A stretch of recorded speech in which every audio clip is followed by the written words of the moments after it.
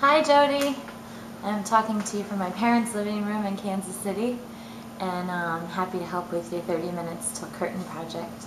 So I'm just going to talk to you, and you can feel free to edit this however you want.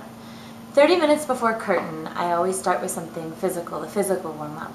I'll do, well, what I like to do is like ride my bike to the theater or walk to the theater, and that way I can kind of get the blood pumping before a show. Sometimes that's not possible, so I'll just get there a little bit early, and I'll do jumping jacks or run in place or sit-ups or something just to get the blood moving. And I always do a vocal warm-up, and even if it's a play and I don't have to sing, I always do some vocal warm-ups, some vocal exercises, humming, and I actually have a vocal lesson, or several vocal lessons on tape that I'll bring on my computer or on my iPod, and I'll put it on an iPod dock, and I'll do the voice lessons in my dressing room before a show to warm up. And if it's a really vocally challenging role, like this spring I did Eva Perón in Evita, and I've also played Elphaba in Wicked, I'll do the vocal warm-up before I even get to the theater, or I'll come to the theater really early and do like a full half-hour warm-up to make sure that everything is kind of in the right place and how I want it for the show. And another thing that I like to do is look over anything that I want to work on for the show. Like if we've just opened and there's something that isn't working quite right, or a certain line that I'm always getting tripped up on or something like that, then I'll take a second, look at my script, and figure out how I want to attack that challenge for that particular show. And especially if a show is a long-running show, I like to set a goal at the beginning, usually around half hour when I'm kind of just getting into my dressing room. I'll set a goal for that show, like there's a certain scene that I really want to make sure I get the beats right, or a joke that I want to land a little bit better, or a placement of a certain song. I want to try something new, and that's usually about half hour where I set those goals. 30 minutes before curtain, I take off my street clothes and I put on my undergarments. That's like the first thing that I do, is take off Meredith and get started creating the role that I'm going to play at that show that day. I don't really have an eating or drinking ritual for a show, but I have a trend, and that is if I'm doing a show, I'm usually drinking a lot more water and eating a lot less food, because you really want to be hydrated when you're performing. It just solves a lot of problems as far as like mental clarity and avoiding dehydration. Also, your voice is healthier and you feel better when you're hydrated.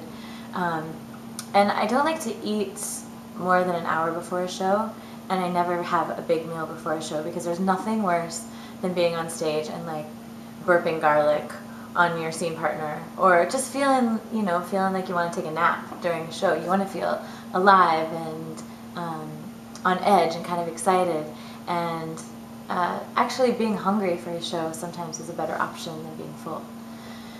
I don't like to eat a lot of desserts or anything sweet before a show, because your energy will decline while you're trying to perform. So healthy foods, high in protein, lots of water, that's what I like to do. I like throat coat tea. I like to drink that, especially when I'm singing. And I always carry around a water bottle backstage. And if I have a dresser, then I always have my dresser carry a water bottle backstage for me. Dressing room life is like a world completely of its own. And the best possible scenario is to have your own dressing room. And that happens sometimes, but it's not always the case. A lot of times you're forced to share a dressing room. And you can imagine the types of theater people that you are sharing your space with, and lots of big personalities, big voices, and sometimes kind of egocentric people. So one of the things that really irks me about dressing room life is when people barge into a room and just start talking and take over a room with whatever's going on in their life without taking into consideration that there are other people in there trying to prepare for a show.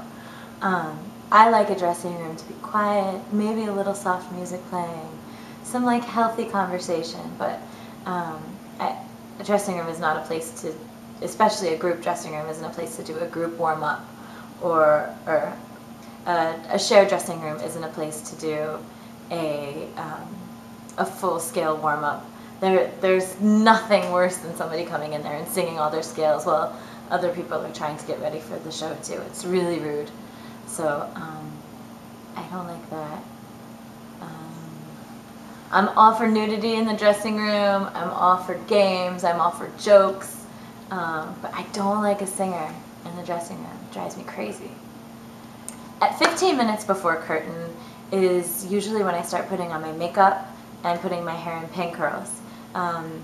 In a lot of shows that we do, we wear wigs, and so you take your normal hair and you put it in curls and you put a wig cap on to put the wig on over it. And 15 minutes is usually the time that I know that it's time to start putting my pin curls in. At 5 minutes before curtain, I put on the costume that I'm going to wear for the show.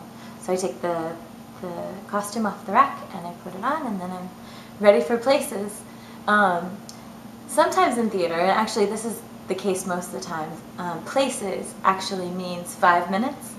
So when someone calls places, you actually know that you then have 5 minutes to get to your places call. But that can get you into trouble, especially if it's a theater that doesn't have that rule and you don't know that, and then you get yelled at because places means places. But most of the time you have about a 5-minute window to get to your place once places is called. And then it's the mad scramble to the backstage to find your opening entrance position. I've never had a panic moment at places. Usually by places I'm ready, my makeup's on, my wig is on, I'm ready for the show. So if something isn't right, if my costume isn't ready, if my wig is wrong or the microphone isn't there, I'll know before places. Because at places you really don't want to have an anxiety attack, you want to be ready to go. But I do have to say that the places call is the call in my dreams when I have nightmares or anxiety about a show. I'll have a nightmare about it, and the places call is usually what my nightmare is about, and someone will call places and I won't know what show we're doing. They'll say, you know, Meredith Clark to the stage for places, and in my dream I will have no idea what show we're doing, what character I'm playing, even what theater I'm at. And so even though I've never had a panic moment for places in real life, I've definitely had a panic moment for places in my subconscious. Woo! All right, Jodie, I hope you can use this material, and thanks for asking me. And I'm also sending some Alphaba stuff with you too, so enjoy. All right, bye!